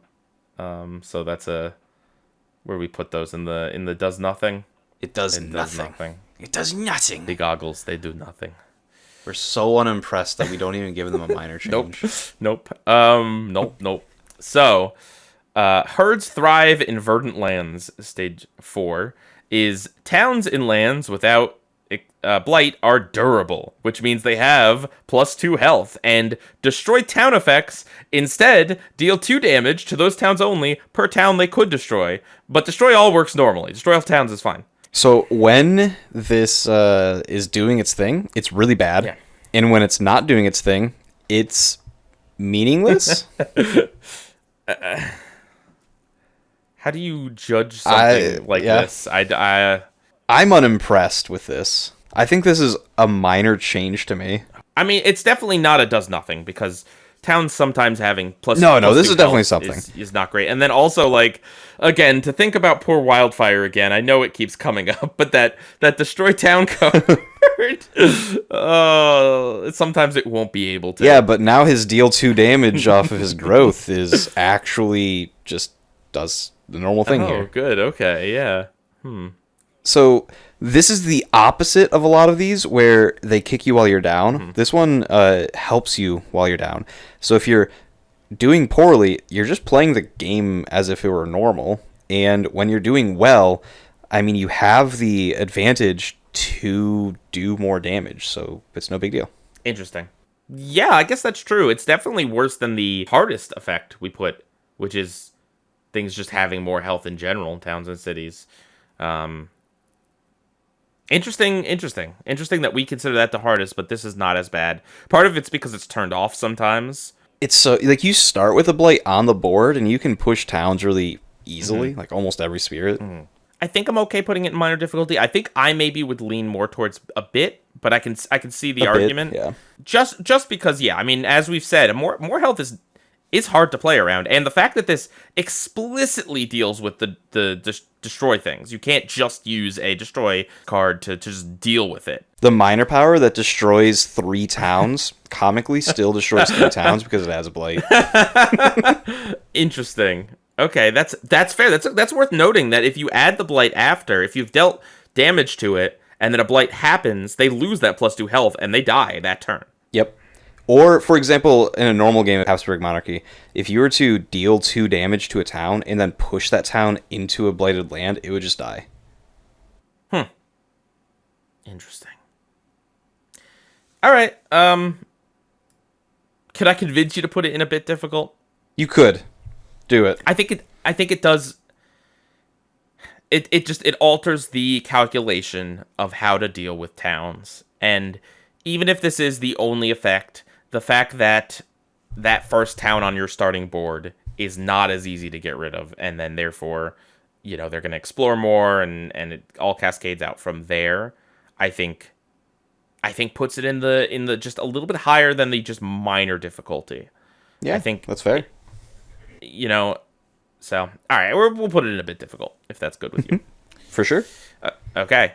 Next, let's Wave of Immigration. Before the initial explore, put the Habsburg reminder card under the top 5 invader cards. When revealed on each board, add a town to a coastal land without... add 1 city to a coastal land without cities, and 1 town to the 3 inland lands with the fewest blight. This is rough. So that's theoretically a city and 3 towns. Mm-hmm. On, like, turn 4 or 5. It's... So this is, like, late enough in the game that you should be able to deal with a city and 3 towns. But... they're just all over the place. And it kind of happens early enough that, like, it's just inconvenient enough. I find this to be a big challenge when playing against Habsburg, but it's more than a challenge, as it's like frustrating. Like, I dealt with so many of the things here. I was almost at my victory, and now the board looks bad again. Right. But I think in theory, looking at it as if you were pulling 3 random other rules or 5 random other rules out of this hat, I think any combination of anything with this it's just going to be disgusting. So it just if has you the were to potential. do nothing except this rule, how would you compare adding one city on the coast and one town inland during setup? I see. Because this During is setup. during setup. We've discussed a lot of add 2 buildings during setup, either a city and a town, 2 towns, 1 town.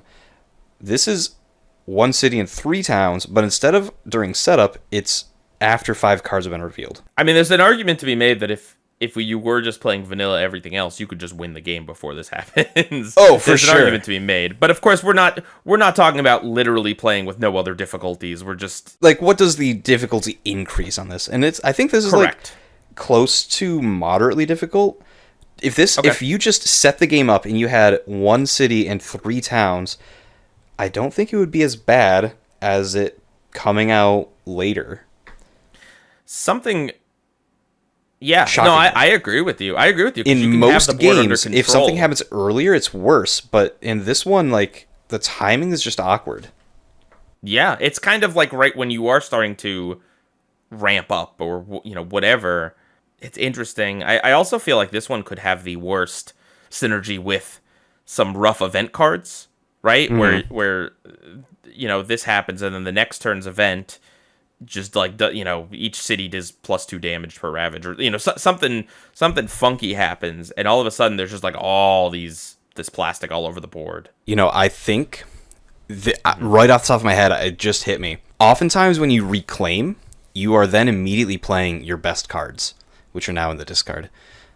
And this happens the turn after your reclaim and then after you've played your best cards. And so now you have like the most mediocre cards in your hand to deal with this. That's why I find this so challenging, I think. I think I'd pop this in moderately difficult. Yeah, I agree. But yeah, interesting. And I do agree with the assessment that really adding this mid-game is in a way worse. The only way that it's not worse is that generally you could theoretically win the game before this, right? Yes. If it were 1 turn later, I think Habsburg would be a much easier adversary because you would accidentally win too soon. Right. Well, but and you also have to think about the game, the invader deck scales, like it ramps up as things go along. So having extra plastic early, right? It doesn't hurt as much as if you have extra plastic when you're getting the coastal card or when you're getting stage 3 cards. Like that hurts a lot more. So it's almost as if you have 4 pieces of plastic added during setup, but the setup was actually Brandenburg-Prussia level 6. Yeah, that's actually a decent way of looking at it. And then also, I mean, you got to look at other things too. The blight card, right? Is it's not going to be flipped at the first turn of the game, but there's a potential that it's flipped by this point. And then if that happens, then a lot of events that have those negative, horrible, blighted island effects, as well as just whatever's on the blighted card, it just snowballs. We talked about this enough, but okay, cool, moderate. Lastly is far-flung herds. Ravages do +2 damage total if any adjacent lands have towns. This does not cause lands without invaders to ravage. Thank goodness. This is one of the worst game effects in the entire game for me. I despise it. I don't like the fact that something that's not in the problem land is causing the problem. Just it feels wrong. It feels dirty off to me. Yeah. Why does what that mountain's doing affect my nice wetlands? Yeah, exactly. Keep your mountains to yourself. Yeah, I don't care that you're fracking those mountains. I'm over here. I'm over here in the jungle partying it up with some monkeys. All right? This is fine. my swamp. As for how hard this is, I think this is actually in the hardest category. On its own, really. Yeah, I do. I mean, if you cleared a lot of the board. Yes, but if a single adjacent town exists, which frequently is the case in the game, then it's +2 damage. That town is now part of this. And if the rest of the Habsburg Monarchy didn't mitigate this effect, I would find that this effect would be even harder. Like, imagine if this were attached to England. Yeah. This is always doing +2 damage, but they are pulling their towns into that land in the first place with the migratory herders. And so that's getting mitigated. Do you think this is like better or worse than Find Steel for Tools and Guns, which is towns deal 3 damage? Yeah, I think this is worse than that. You think it's worse than that? I do. But it's the whole land that gets +2. Yeah. I want to hear the reasoning for this. So if you're like, the most common thing is Explore Town, which is +1 damage compared to on that. And this is +2 damage. And this is like a frequency thing. You could say that this happens less often than Explore Town. But if the problem is Explore Town +2 damage or Explore Town where the towns hit harder, I would rather the towns just hit harder. Now, if you have a city wrapped in there, then the city's like worse. It's just cities don't happen very often.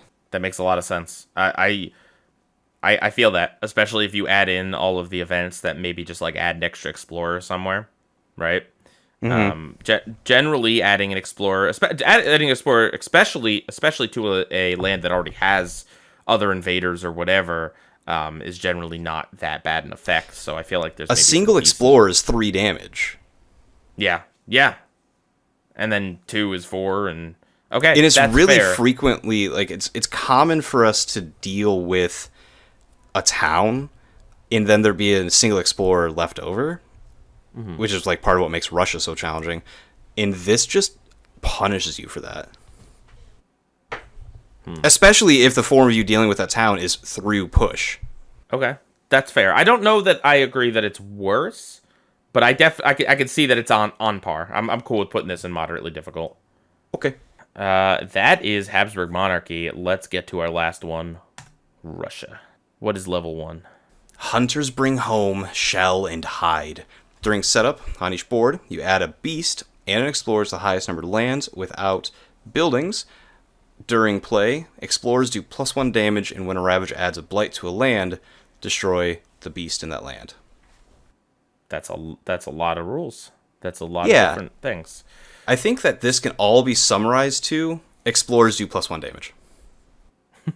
Yeah, if we don't have the loss condition, if we don't have anything else, you don't really care that much that the beast gets destroyed, because you get an extra one. That's great. That itself is, if you were to just have, during setup on each board, add 1 beast and 1 explorer to the highest numbered land without buildings, that's a boon. That makes the game easier. The game is easier now. Take care of that dude at some point, theoretically. Starting with 2 beasts is not bad. Even if a blight destroys 1, who cares? But the explorers do +1 damage is tough. And in my mind, this is the hardest category. I think explorers doing +1 is so much worse than towns doing +1. Any event that adds an extra explorer anywhere on the island is an issue. It doesn't matter if there was towns near it or whatever. It's just that, even if it's a land that's not coming up, right? Well, then when that land does explore, that's two explorers there before it even builds, and that's a blight. That's more than a blight. Ugh, disgusting. I'm happy putting that there as well. This is especially in line with the rest of their text, but an explorer dealing 2 damage is tough to deal with. Yeah, it very much is, and it really defines a lot of what this adversary kind of is doing, and just how nasty it is that that's an effect from the very beginning. It defines them. Yeah, and then combining that with the fact that, I said, okay, we add an explorer, who cares? We get a free beast. Well, that explorer can blight the land on its own. Yep. And now it kills that beast. It's like starting with an extra town that gets you no fear. And that's the other thing that's disgusting, is that, like, okay, you gotta deal with the explorers or else you're gonna get ravaged. But if you deal with the explorers, you're not going towards the win condition. You're not. You're not moving there. You're going away from the loss condition, but you're not moving towards a win. It's like a catch 47 or something. Also not included in this tier list, but just disgusting to point out that the difficulty level 1 starts with 10 fear cards too. Like, you can't even get a break on that. Nope. True. even though you're getting less fear generally, just because you're caring more about killing explorers. Nope, no breaks. Okay, the hardest. So, Next up is a sense for impending disaster. The first time each action would destroy an explorer, if possible, one of those explorers is instead pushed one fear when you do so. Hey, it makes those explorers kind of like towns in terms of fear. Yeah. Obviously, playing it with this in conjunction with the first rule is big problems. It's problems. Oh, yeah. However, if you're just saying this is just an explorer and you can just kind of kick it down the curb and earn some fear. There's just one dude that you're just continuously scaring. Well, you're just playing baby bringer of dreams and nightmares, I guess, right? Mm-hmm. This by itself might like be in line with makes the game easier. So frequently do you just get a lot of fear from explorers facing Russia anyways, but those explorers staying around is a real problem. But if they aren't a problem, then who cares? I kind of agree with that argument. There's nothing inherently awful about these explorers, especially because you choose where it gets pushed to. It's not like it gets pulled into the land that's going to build or whatever. Have you ever had an event chain where the beast kills something and then it goes to another beast land and that beast kills that one and then it goes to another land? And you just get like 10 No. That's fantastic. This is what could happen with a sense of impending disaster. You just have a roaming explorer running from all the beasts everywhere. Yeah, I'm good putting it makes the game easier. We ain't scared of you explorers. Never afraid. All right. Competition among hunters. Ravage cards also match lands with 3 or more explorers. Back to being afraid. If the land already matched the Ravage card, it still ravages just once. I mean... Okay. If this is the only rule... This is like a minor change if this is the only rule. Correct. Maybe it does nothing. Some spirits that care about, kind of pushing things to one land, Binder. right? Some spirits that care about that are upset by this. They're big mad because they can't do that. But even then, it still is only 1 damage. The amount of minor powers that can deal with an explorer, right? If that's the problem, that's not a big deal. That's not a big deal. And honestly, hey, sometimes you can kind of force a ravage, right? Where there's Dawn, you can force a ravage. Maybe Finder wants that. Let's put that 3rd explorer in there. Force the ravage. I can finally destroy invaders. Huh. Man, I'm almost talking myself into making this and make the game easier. I don't think it does that. Okay, all right. Minor change. Yeah. But if you're good at Spirit Island, it makes the game easier. If you're good at Spirit Island, all of these make the game easier. More cities is more fear, obviously. Accelerated exploitation. When making the Invader deck, put 1 Stage 3 card after each Stage 2 card. Okay, finally, an Invader deck change that's actually something kind of interesting that isn't just getting rid of stuff or moving 1 Stage 3 card. Once you get to that tier 2, you go 3-2, 3-2, 3-2, 3-2, and that's Yeah, I don't. That's it at its most disgusting. Okay, the last of the Stage 1 cards is like, let's say, a mountain. Then you have a Stage 2 card that's, let's say, a mountain. Then you have a Stage 3 card that, let's say, a mountain and a jungle. Then you have a Stage 2 card that says ocean, and maybe you've got mountains and jungles in your ocean. Yep. And then a Stage 3 card that's got mountains and, let's just say, wetlands. And then you cry. You cry and you cry and you cry because that is a chain of... What is that? Like 5 cards that could come up and hit the same lands over and over and over? Yeah. If you didn't deal with it right away, you lost the game. Like, this caused you to single-handedly lose the game. But if you did deal with it, it's actually just easier because, like, some Dahan in there mean in, like, initial defend. Now they, like, explore and die, explore and die, explore and die. This is the closest to just shuffling the Invader deck as I joked about earlier. Yeah. You at least kind of know somewhat what it is you're getting into, I guess. Yep. But this scares me. I think this is a bit difficult. I think it's at least a bit difficult. Oh, yeah. You still have the normal Stage 1s, right? Mm-hmm. And of course, you could get situations where, you don't get that hammered on the back and forth. So you got time to set up. So it's not the hardest, for sure. But I think we're looking at either a bit difficult or moderately difficult. I think that if you like convinced me even just a little bit that it was moderately difficult, I'd agree fully. My gut instinct is it's a bit difficult. Okay, let's see here.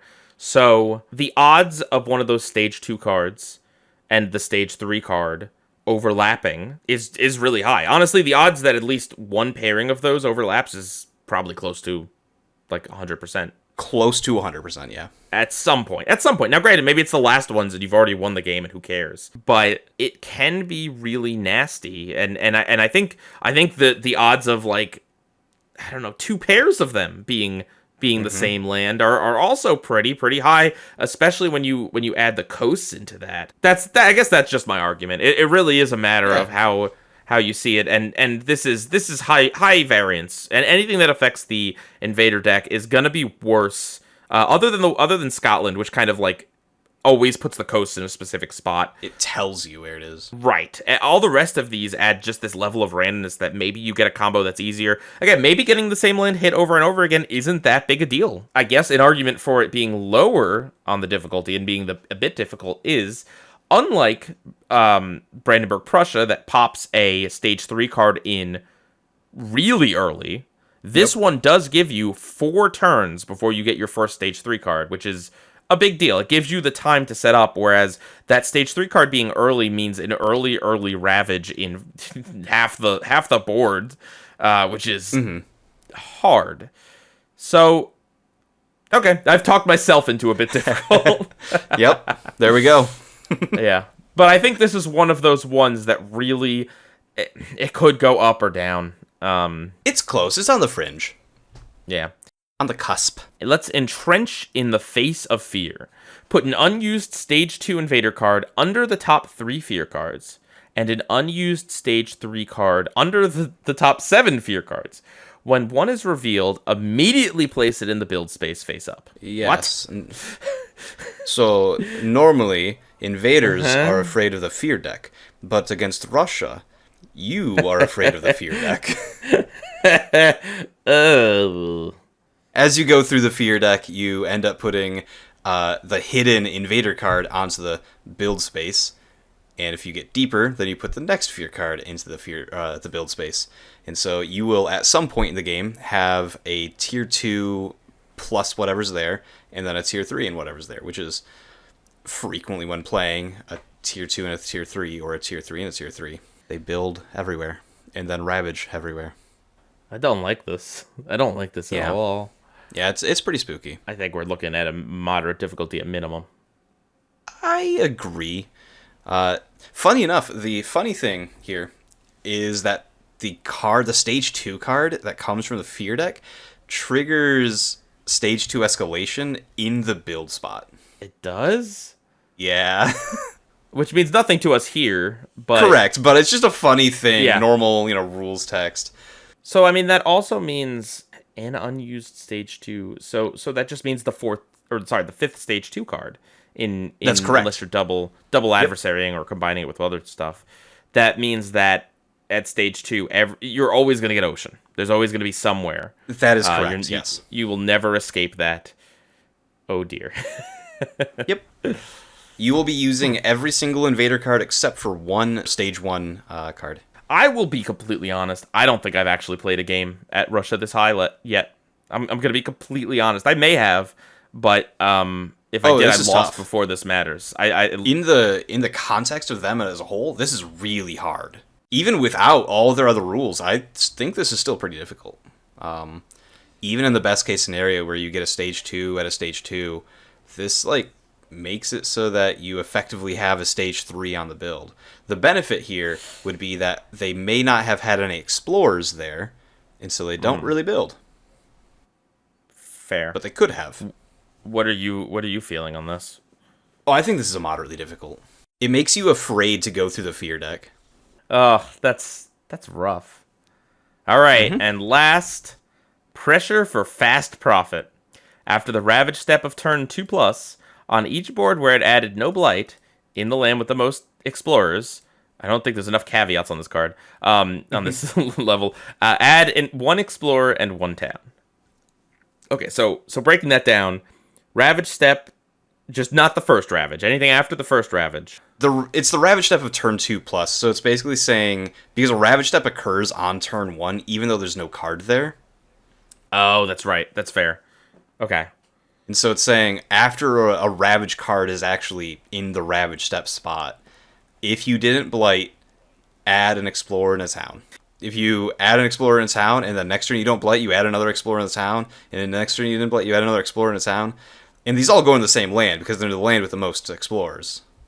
I've definitely never played this, but my gut instinct is the hardest. That's a fair assessment. I think if it was literally just Explorer, like add an Explorer, I wouldn't care that much. But the fact that you could be adding towns just over and over again, it's kind of like the France dichotomy, right? Where it's like at a certain point, yeah, you're fighting against the towns, but you also have to balance maybe putting some towns down to avoid putting Blight down with the escalation. Like, this kind of just like puts you in that spot of like, sometimes maybe you want to let some ravages happen. That's correct. That would feel horrible, because like, what happens if you let a ravage happen and then you get an event that adds a Blight or something and you lose the game? Then that feels like you did that. You did that. It was me all along. It wasn't the invaders. You've done it. It hurts you when you're doing well. And so if you didn't add any Blight, you're doing well, here's a punishment. But if you're adding Blight, it doesn't do anything. I'm not that afraid of it most of the time. I would call this like a moderately difficult. I don't want to add Blight, but I'm not afraid of just letting a place go to avoid adding an Explorer in a town. Because it does not punish you for doing poorly. You already got the punishment. The punishment was you got a Blight. That is true. So we're thinking, what are we thinking? My personal opinion is a moderate difficulty. I am satisfied with that. All right, we have deliberated, and we are pretty happy with the way this list is. Of course, if you want to see it in full, check out the YouTube video version, or check out our Discord server.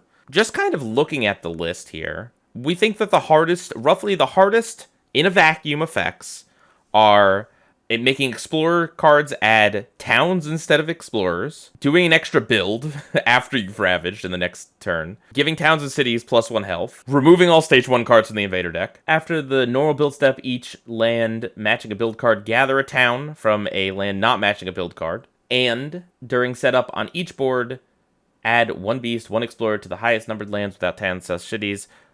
But also, during play, explorers do +1 damage. Whew. We got through it all. This took more time than I expected. They're actually kind of disparate effects. I kind of was expecting, I don't know, maybe like theme? all the build stuff. Yeah.